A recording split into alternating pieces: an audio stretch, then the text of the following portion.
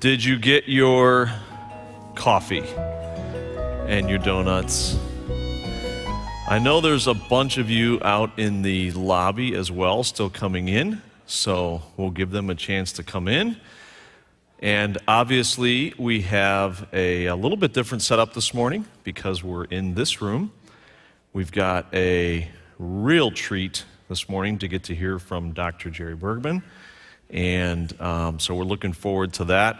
But coffee and donuts are important. Can I get an amen? Amen, yes. And I noticed too this morning that because they're in the lobby, I watched some of you, like you went straight from your car to that table. You barely said hello to anybody, you just beeline to that table. And that's okay. You're allowed to do that. So we're in for a real treat this morning. So during our Sunday school hour, during our adult Bible study hour, we're going to get to hear from Dr. Bergman and as well in our main service. And I'm sure he'll share this a little bit too. He's got books out here that he brought with him. He is a prolific author. He writes incredible material. I've really enjoyed some of the books that have a historical account as well, especially with regards to the eugenics and Nazi Holocaust and all of that, what they caused and the havoc that they wreaked on the globe and how that connects with Darwinism and all that. Just really good material. And then I heard about a new one that he actually has here on Eisenhower, so I'm anxious to get that today. But he is an incredible author. He has taught at the highest levels for many years, a lot of research scientists, and highly credentialed. And I think it's important, and I'm so glad that our pastor feels that it's important as a church to be taught and to be educated on these things. We stand firmly on a sixth-day young earth creation, and we proclaim it. You all know that. But it's important to equip us and to remind us of these things and to have great speakers who are willing to come in and teach and give us good materials to use. So Dr. Bergman, would you please come and speak to us this morning? Let's give him a warm Quentin Road welcome this morning as he comes.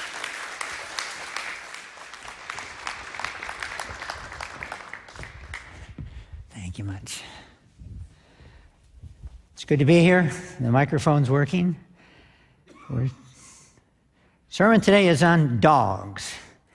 And I'm sure what's going to happen is you'll go home and your spouse will say, well, what was the sermon about? And you'll say, dogs. And he or she will say, no, I'm not talking about the sermon you heard at the shelter. I'm talking about church. What are you talking about dogs for at church? Why would you talk about dogs at church? Well, hopefully you will see why. Luke 14:28 through 30. For which one of you, when he wants to build a house, does not first sit down and calculate the cost to see if he has enough resources to complete it? And the same thing is true of God's work. When God was planning to create the universe, he had to plan way ahead. And one thing he planned for was, believe it or not, obviously, a companion for Adam, and that was Eve. And then he thought about it and said, we need a companion for both Adam and Eve. And so God created the perfect companion for Adam and Eve, and that was a dog. Now, that may surprise you, but we'll think about it as we go through this. And one thing I find is important is that we need, of course, to hear the gospel. We need to hear what Christ did for us. But also, we need to look at the other things that Christ did for us. And I'll give you an example. My son gave me a cup which was made out of clay. This is when he lived in Sweden. And every time I looked at that cup in my cupboard, I thought of my son. And every time you look at a dog, think of who created dogs and why. The dog is mentioned 54 times in the Bible. Actually, the most common animal name in the Bible is sheep, but not referring to the animal, but referring to people. The second most common animal mentioned in the Bible is the goats. The third most common animal mentioned in the Bible is dogs. And I think if God elects to talk about dogs 54 times, we ought to have at least one sermon in our life that talks about dogs. And I guess this is it. How many of you had ever had a sermon on dogs? Raise your hand. Nobody. Good, this is the first, so there won't be any repeats. And therefore, well, one scripture, wolf will dwell with the lamb. Now, wolves are dogs. They are dogs. And if you have a wolf as a pet, you can find that people claim they make really, really nice dogs. But anyways, the wolf will dwell with the lamb, the leopard with the young goat, and the calf, the lion, and fattened calf together, and a little child shall lead them. So here we see in prophecy a role for not just wolves, most of which are wild today, but also other animals. And that, to show you I'm biased, that is my little dog. And his name is Rudy, and I have learned a few things about dogs. One is I've always had high blood pressure. And if I take my medicine, I get it down to 90 diastolic. Well, since I had this little guy, my blood pressure has never been so low in my entire life. It was 74 diastolic. 74. And that's really better than 90, as you know. And sometimes I got it down to 80, but 74 is a record, and I will talk about that. Genesis 2:18, and the Lord God said, it is not good that man should be alone. I will make him a helper, and that helper was, of course, Eve. God made a companion then for man and woman, and this perfect companion was the dog. And there we see woman, a suitable companion for man, and there we see a dog, a suitable companion for man and woman. We can see. And if you don't look at that and feel love, there's something wrong with you. Is there a psychiatrist in the house? We need to help you understand that there's something wrong if you don't look at that little guy and realize he is just adorable. And pit bull in a cage. A good story is a wife bought for protection a pit bull because her husband traveled a lot. So she had a pit bull. And her husband really didn't appreciate it. He wasn't really mean to the dog, but he wasn't really nice. He just kind of ignored the dog. It was a bother. And so, he didn't want the dog in the house. So the dog was in the barn. And then one day, he was going somewhere, and the pit bull got out and ran towards him, and he thought, oh my, here goes the Dr. Bills. This dog is, before he could say much, the dog didn't bite him, he licked his hand. He licked his hand. And he thought, maybe that's not so bad. And guess what? After this event, that dog wasn't in the barn anymore. That dog was in the house with him.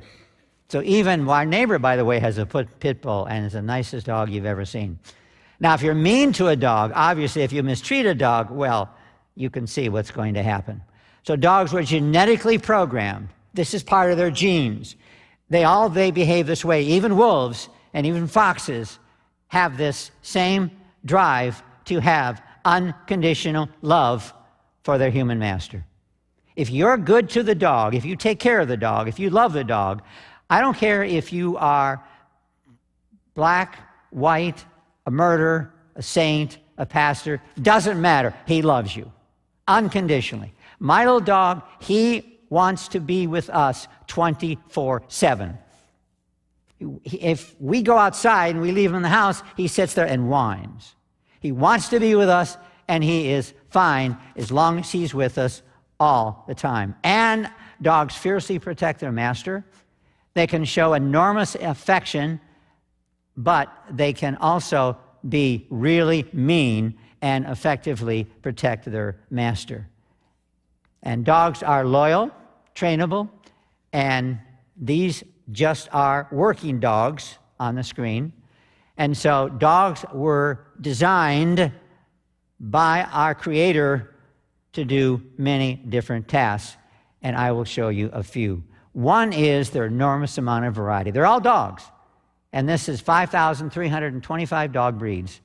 They're all dogs, and they were all programmed to have pretty much the same temperament. Some of the cutest dogs I've ever worked with were foxes. The mother got killed, and person took 3 of them in, and boy, they're just, it surprised me because it's a fox. We don't have a good impression of foxes, but they were the cutest, lovable dogs I've ever seen. And there's a huge difference between dogs and all other animals, and I don't want to put you to sleep. After all, it is in the morning to go through all of these differences, but dogs are totally unique. There is no animal at all that is even close. And also, I find dogs are amazingly able to distinguish accurately all other animals from dogs. My little dog loves dogs. We have a dog that's about the size of a horse in our neighborhood. He loves them. We have another dog that's about the size of a mouse. Well, a little bit larger. And he loves them, okay? A cat just ran across the yard. A cat. Looked to me like I couldn't tell. It ran so fast. It was a black cat. And boy, my dog just, he was going to go after him. How could he tell the difference? I had to look twice to tell the difference. My dog knew the difference right away. Smell. They have an incredibly good smell, as most of you know. Now, humans, why didn't God make us with a really good smell? I mean, that'd be handy. We could smell things, well, we could smell an animal a mile away, like dogs can. Well, the reason is because we would end up being overloaded. We have good senses, but if they were all really, really good, we would be what they call sensory overload. That's a problem. Ask any mother who's got 2 screaming kids, a complaining husband, the TV on, and the radio on. She just says, I can't deal with it anymore. You got to get out of the house. That's sensory overload. That's a problem, a big problem. They can smell up to 40 feet below the ground. 40 feet, and they've tested this. In fact, where I live is a fairground, and the dogs come there, and they evaluate their ability to do things like smell 40 feet below the ground. Why would that be useful? Well, to find bodies, or hopefully living persons, in the rubble after an earthquake. Very useful, extremely useful. Normal humans can smell a spoonful of sugar in a cup of tea. That sounds reasonable. A dog can smell a spoonful of sugar dissolved in 2 Olympic-sized swimming pools. Imagine 2 Olympic-sized swimming pools. You put a spoonful of sugar in there, mix it up, as if you needed to, mix it up, and the dog can smell it and determine that there's some sugar in this swimming pool.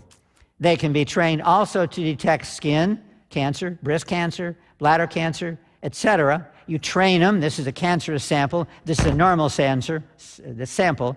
You can train them to distinguish the two, and therefore they can actually smell out cancer in patients. And when we look at their nose, we can see they've got a pretty good-sized nose, quite large. And that's why their smell is so good, because they have thousands times more smell receptors than we have. And dogs also serve us in other ways. Hunting, herding sheep, the Bible talks about that. Pulling sleds, wagons, etc. Protection, rodent control, assisting the police and the military, and we could go on. One of the more important roles is leading the blind. I have a friend of mine who was involved in experiments in chemistry, and he mixed some chemicals up in his house, and they blew up and blinded him. And I thought, how can you deal with this? Well, he ended up with a leading dog, and I was amazed he could tell the dog where to go, and the dog knew where to go, and the dog went to where he wanted to go. And he says it's almost like seeing again. Therapy dogs, in flying a lot, you see every now and then somebody with a dog. And I sat next to a young man who had a dog and just, tried to strike up a conversation. And I said, well, therapy dog, does that dog help? Oh, yeah, that dog's really important. And I didn't mean to be invasive, but, you're sitting in an airport and you get bored, and so you talk to people. And I said, well, could I ask why you need a therapy dog? He says, yeah, I was in the war. I think he said the war in Iraq. And right next to me, my best buddy was blown up, literally, and I ended up with body parts in my body. You don't forget that. You have a hard time sleeping. And after that happened 2 or 3 times, I was a nervous wreck. I could not deal with the trauma of just everyday things. And so they got me a therapy dog. And it's amazing that I can live fairly normally with this therapy dog. It really works. Oh, yeah, it's just I wouldn't be here in the airport without this dog. And so therefore, I have to have the dog. And again, unconditional love, that is important. In some places, they were the only means of transportation. There we go. And one thing I need to mention is, because evolutionists say, well, you don't believe in evolution? Hey, we can start out with a wolf and look at all the dog types we have from that wolf. Well, yeah, that's called the dog kind. God only needed to create the wolf kind, and in the wolves, he put the genetic variety to such a degree that from that pair of dogs, we end up with all the breeds we have. How do we know? Because we did this. Dog breeders do this and are still doing this. They're still, my cockapoo up here, that was a unique breed that they've never done before, and therefore, that was an experiment. All dogs CAM, that's a little typo there, I admit. And there you go. Wolf versus dog, are they really that different? Well, they're not. That looks like a dog. It's a wolf. And yet we look at the differences, and these are skulls from 2 different dogs. They're both dogs. Now, if you were an anthropologist and dug these up, you probably would say they're different species. Look at the difference, enormous difference. They're different species. I don't know what they are, but they're different species. Well, we know what they are because we know where they came from, and they're both dogs. So it shows you the enormous variety you get from the wolf kind. And here's a few more examples that we end up with.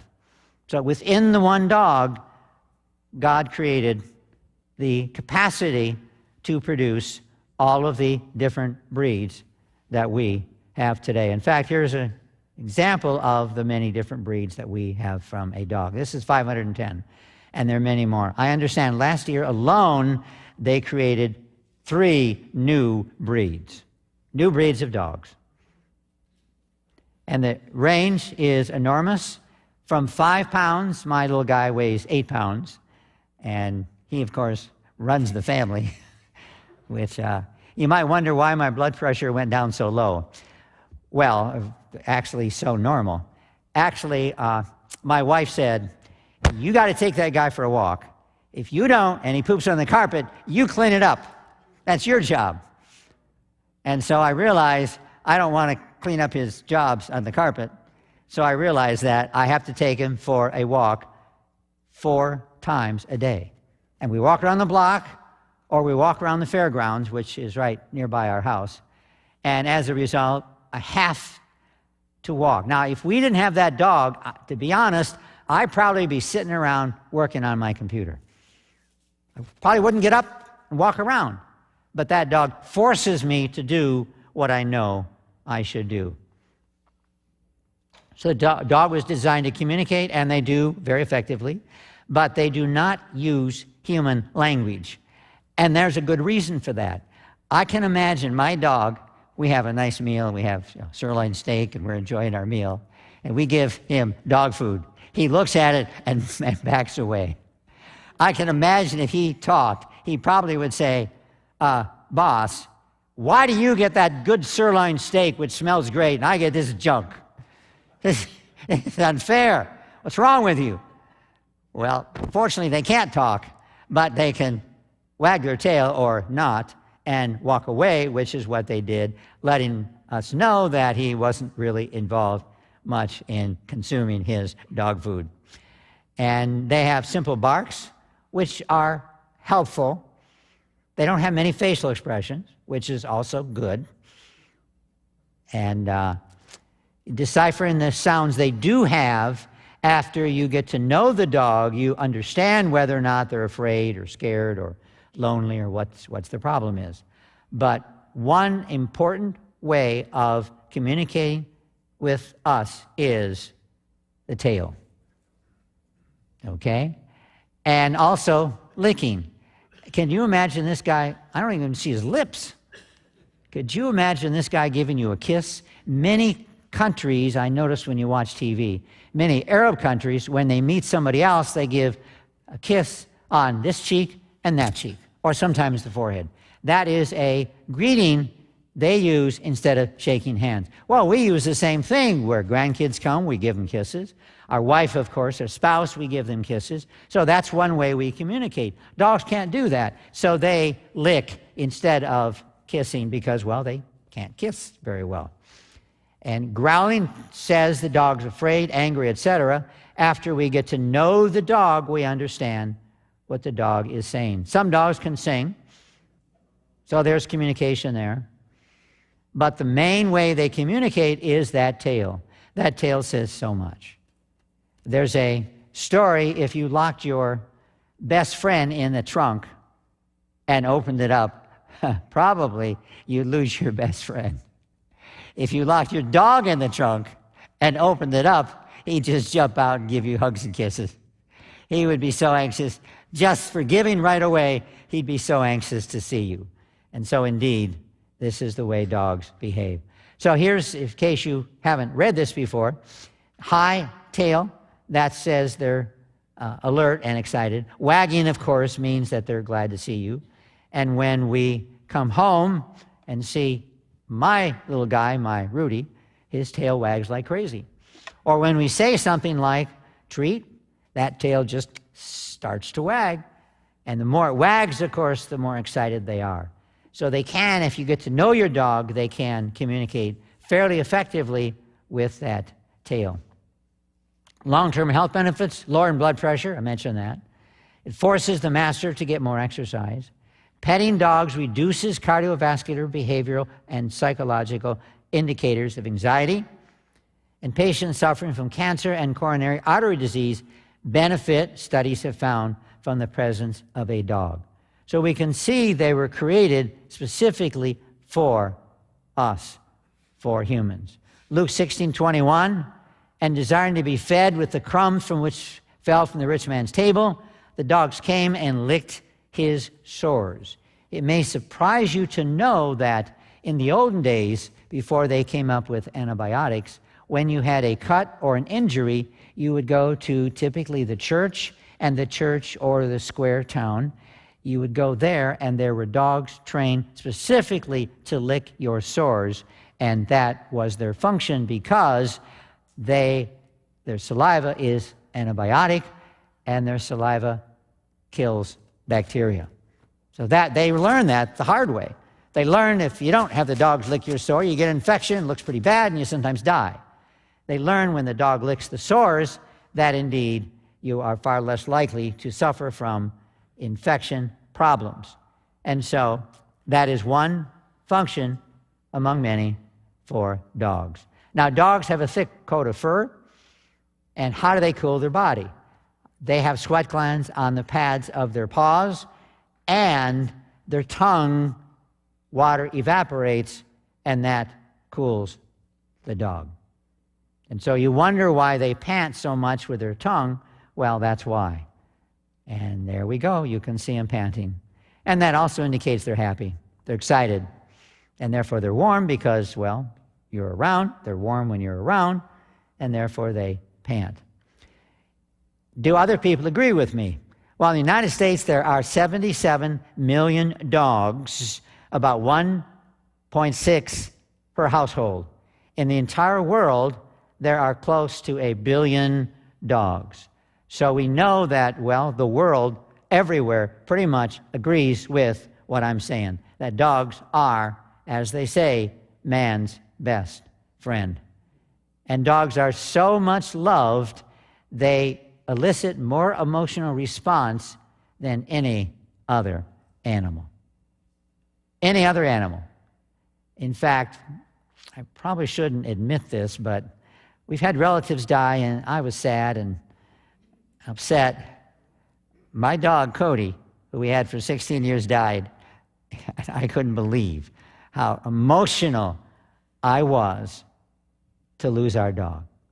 And I've given this sermon at other churches, and they agree. They say, yeah, often losing your dog elicits more emotion than most of your relatives.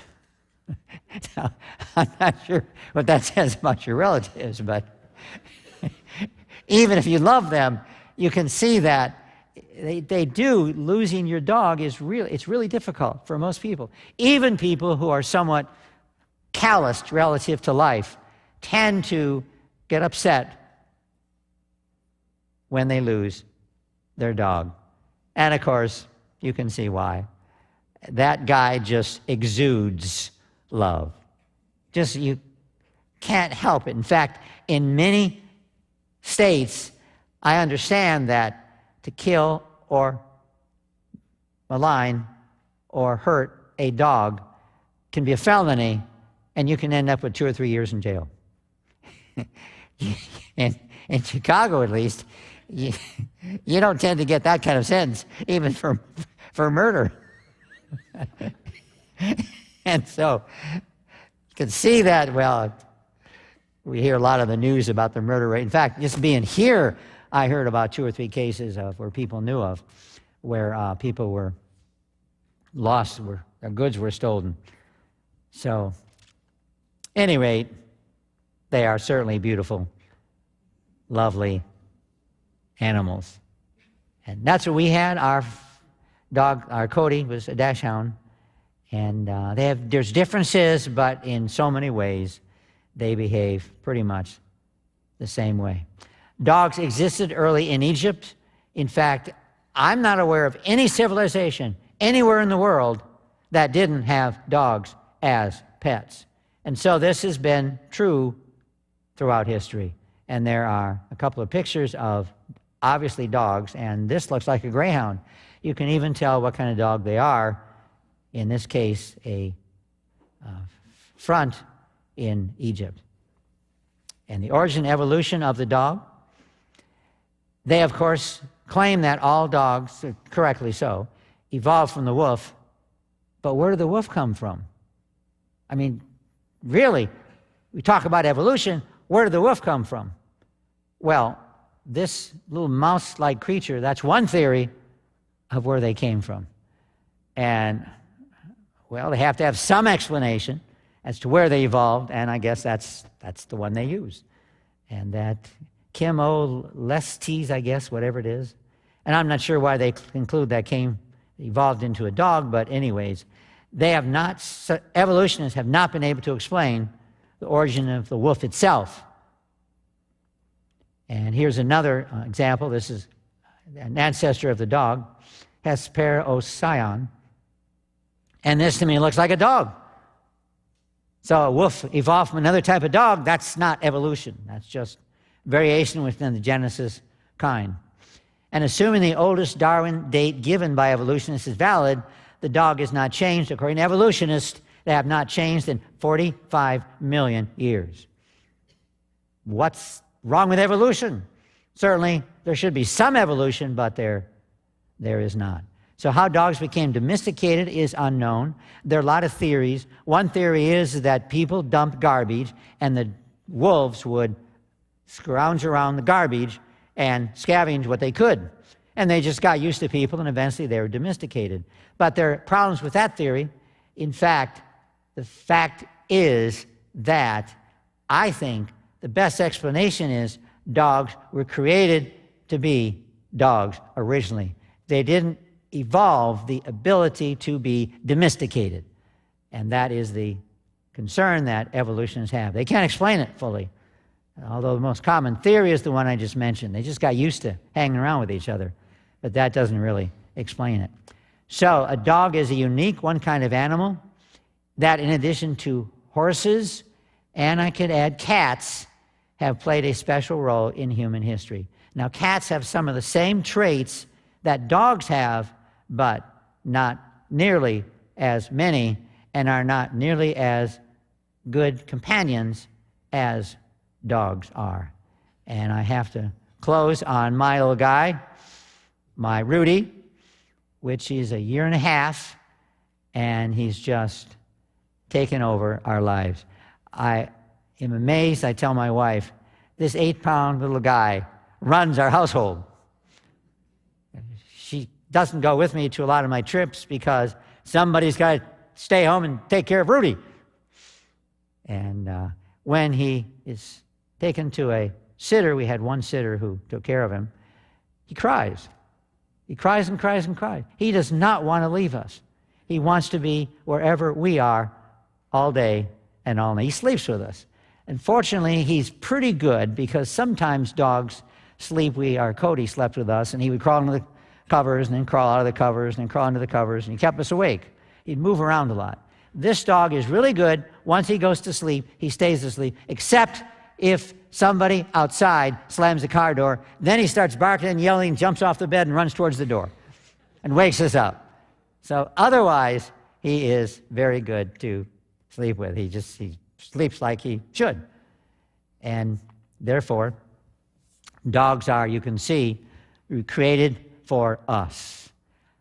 And I gave this presentation actually in Seattle a couple of months ago, and I had several people who said after the presentation they really enjoyed it, and I think we need a dog. And so I wonder, and there was a breeder there as well, and she said, I think I've got some business here. And so that was kind of nice to present that. But I did present this at one other church, and they said basically, we want to hear about sermons about humility. We don't want to hear sermons about dogs. And I said, well, let me present it and see what you think. And they were kind of hard and core, and they said, well, I'll still rather hear a sermon about humility. So that was the story. They said we could take some questions. Do we have some time? Somebody want to raise their hand and just nice and loud? And any questions? What language should I speak to my dog? I speak several languages, and I try, and she always understands. Yeah, that's interesting. I learned German when I was in college. I had to learn it to get my doctorate. And I do speak a little bit in German, and he seems to respond with no problem. He just, yeah. Wie geht es Ihnen? Das ist sehr gut, bitte. Sie ist mein Hund. Is sie ein Hund? Sorry, I do and sie, I get those mixed up, but if you know German, but my dog doesn't complain. So, sehr good Hund, and he just wags his tail like he knows what I'm talking about. So that's a good point, because they seem to pick it up and are able to follow different languages. So whatever language he prefers is fine. Other questions at all?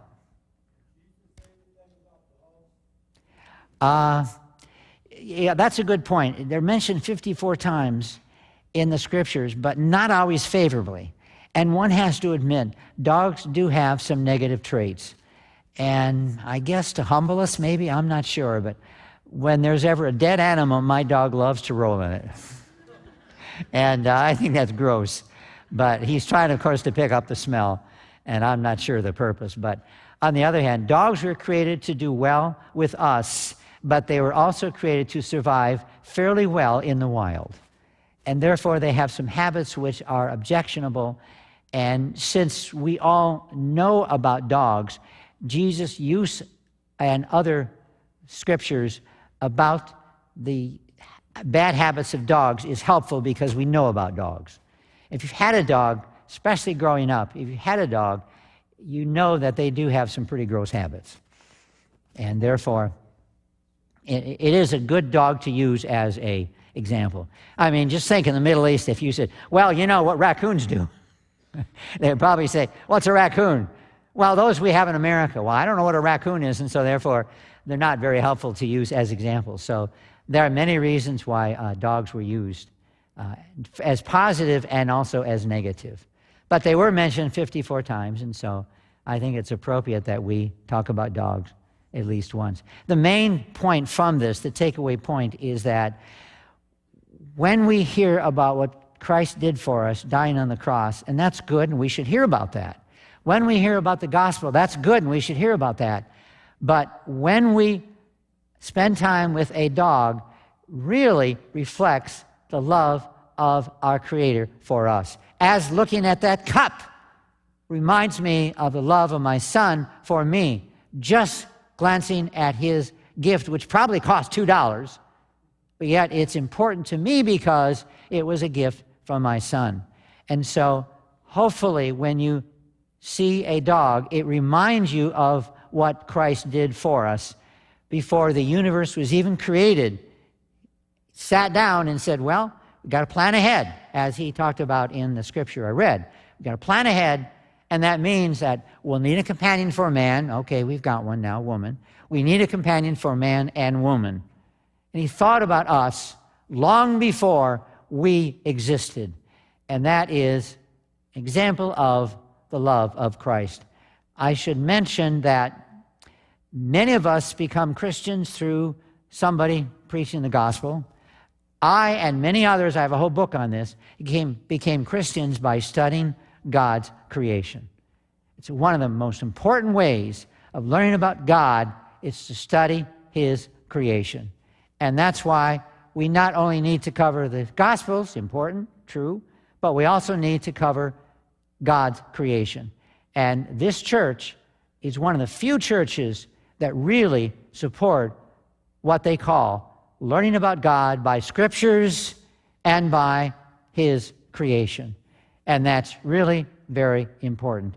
I also have a book on why people left the church, why they left Christianity. Of course, we wonder if they were ever Christians, but on the other hand, they claimed to be and they left. Why?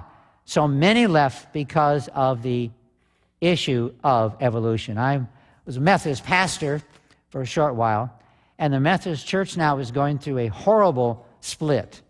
They're dividing in half, and the main issue is a large number of the Methodist professors at the seminaries believe in evolution, and they've lost, as a result, the acceptance of the Bible as God's Word. That's the main issue. They talk a lot about the gay issue and so on. There are many issues they talk about. But at its core, the issue is so many of the seminary professors have lost their faith in the Bible because they accept evolution. And I find this, to some degree, incredible. Evolution is just, it's not even wrong. There's so much, as most of you know, there's so much evidence against evolution. I have to wonder why people believe in it. Why do they believe we came from apes? What a foolish idea. None of you, if I can see from here, look anything like an ape. Well, a couple might if I looked around. But by and large, why do people believe we are nothing but hairless apes? Why do people believe that? That's what my sermon is like in a few minutes. And so they believe it because they don't see, they're not exposed to, they haven't studied the other side. And when you study the other side, it's a no-brainer. You were created by God, and there's no animal like you, even dogs, although they're close in some ways. And so therefore, that's why I think this message is important. And if this message was preached in the Methodist Church, there wouldn't be a horrendous split where over half the churches are leaving. And that's just, it's hard, because I was a Methodist all my life, or at least much of my adult life, I should say. And it's tragic that's happening to the church. And it's happening because They just don't have a foundation in the fact that evolution is not true. And it couldn't be true, and that's based on science. There's a handout, I think. Did they run that off and give it to you when you came in? They didn't do that? Okay. Hopefully for this sermon they'll do that. There's a handout I talk about what Darwin was trying to do. Darwin specifically was trying to murder God. And if he came back today, if he was somehow came back from wherever he is, came back today, he would be amazed at how successful he was in murdering God. Be amazed at how successful he was. And that's what the handout talked about. So I think during the sermon they'll give that to you. So other questions? We got a few minutes. Okay. How many books have you authored or co-authored? 60 now. And some of them have nothing to do with this issue. I have a book on statistics, which I'm sure many of you are interested in, but not that many. So I have a book on statistics. I, at one time, taught statistics. Love teaching statistics. It's really an important science. And I have other books in other areas, but the ones that are relevant I have on the book table. And unfortunately, I've ran out of 3 or 4 titles. And I have my book, Apes' Ancestors, there, which is what my sermon next is about. And everywhere I go, I run out. So I thought I brought like 5 boxes this time, so I hope I won't run out. But no matter where I go, I run out, which I guess is good. I went to a church in Dallas and ran out of every one of them. So, but I'll talk about that during my sermon. But I've written 60, and probably 30 relate to this issue. And one area I'm interested in is the harm that Darwinism has done in our society. And probably 12 or 13 of my books talk about the harm that Darwinism has done in our society. And I'm just working on a paper where I talk about Woodrow Wilson, whose father was a Presbyterian pastor who became president of Princeton University. Woodrow Wilson did. And he accepted evolution, and as a result, he believed, and he said this, as a result, he believed that blacks were evolutionarily inferior, and blacks were making good progress in assimilating society. They had many posts in government jobs in the 1800s, late 1800s.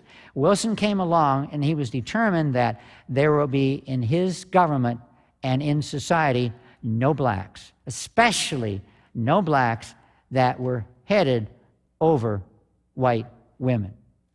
And racism came back with a vengeance thanks to Woodrow Wilson, and it came back because he accepted evolution, and therefore he didn't want us superior people, intermixing with inferior people, namely the blacks.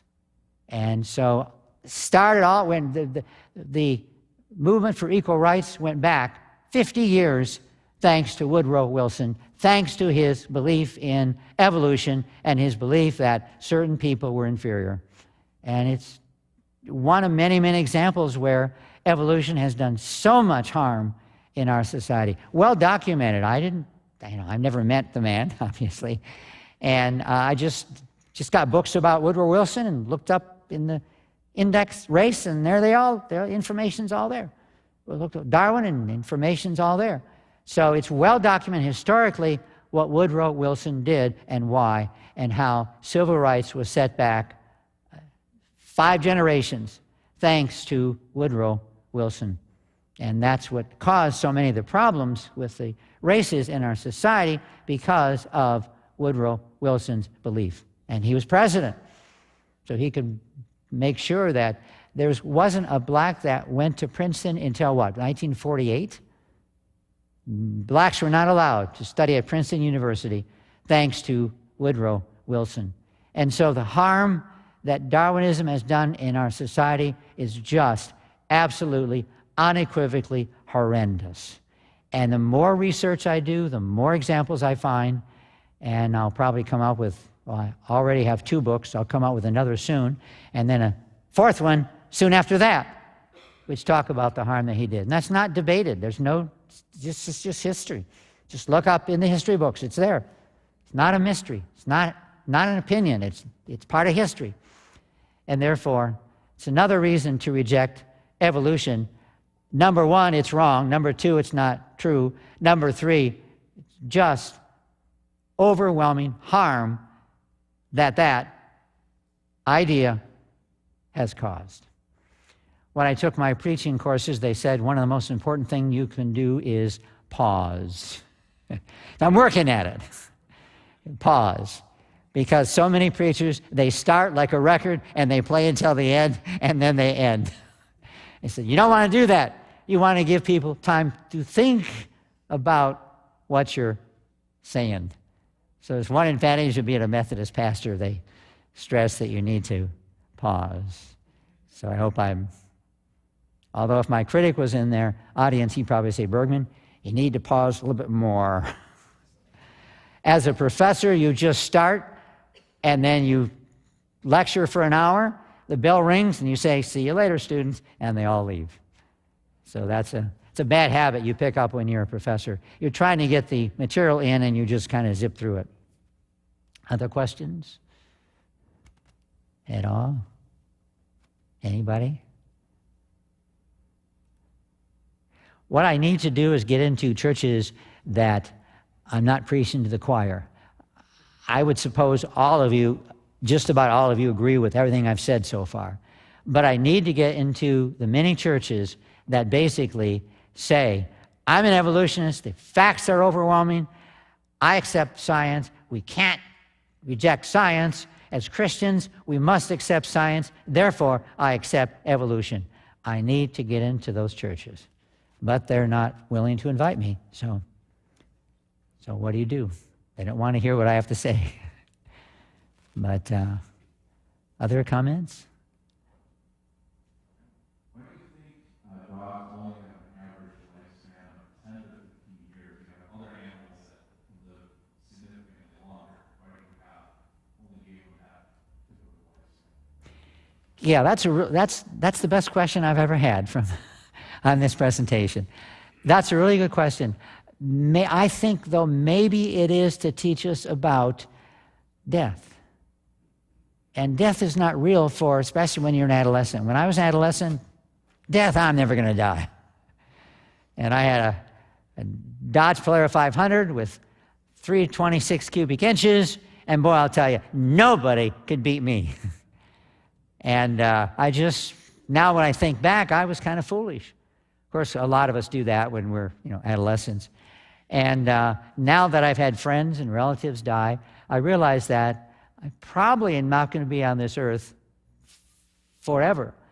And therefore, when you lose a dog, it really helps you realize that life for most animals, at least, is temporal. And it helps you appreciate life and dogs when you lose one. When we lost our Cody, the next week we were out dog shopping. And so we missed him so much. It took us 8 months to get the one we wanted. But nonetheless, it really says something about enjoy every minute, enjoy every second. Even when you're not enjoying something, hey, you're alive, and enjoy it. And so I think that's the reason, but that's a good point because some animals live to be 90, 100, 150. Turtles, 400, 500 years old? So tortoises. So, I think that's the reason. It helps us appreciate life and God's gift. I appreciate Cody more now than when he was around. And I often, instead of saying Rudy, I often call Rudy Cody. So my wife says, don't do that. That's not a good idea. Other questions?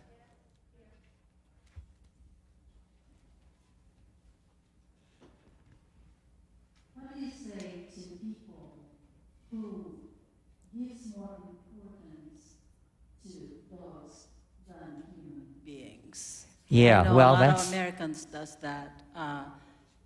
I know some that even pray for their dogs as if they are human beings.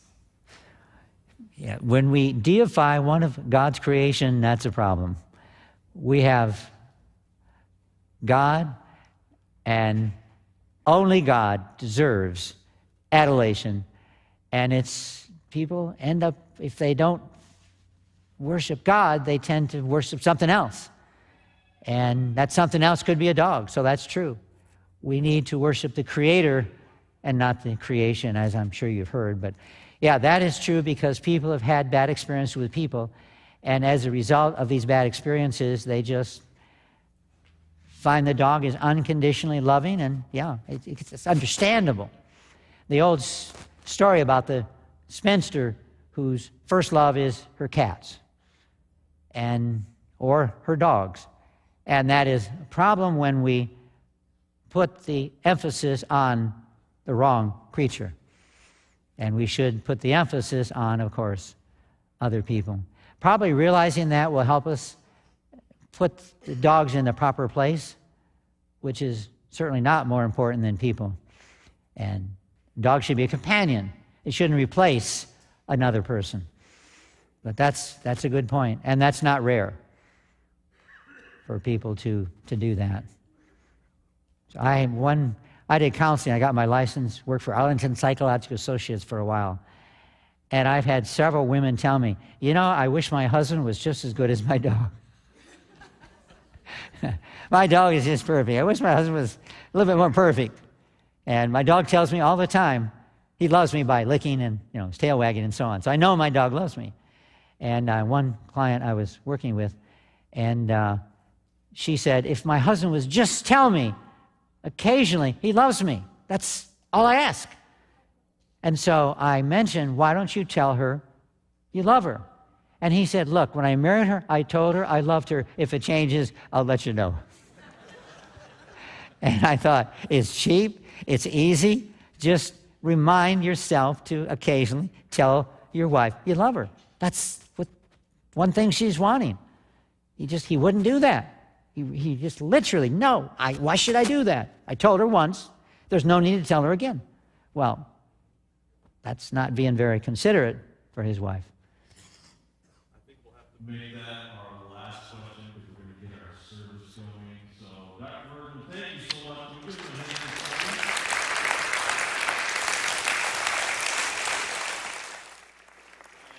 We're going to send all parents to you. When all the kids go home and say they now have a right to have a dog, we'll send them to you, Dr. Bergman. So we're going to dismiss here for a few minutes, and we'll come back together for our main service here in just a couple of minutes. Thank you so much.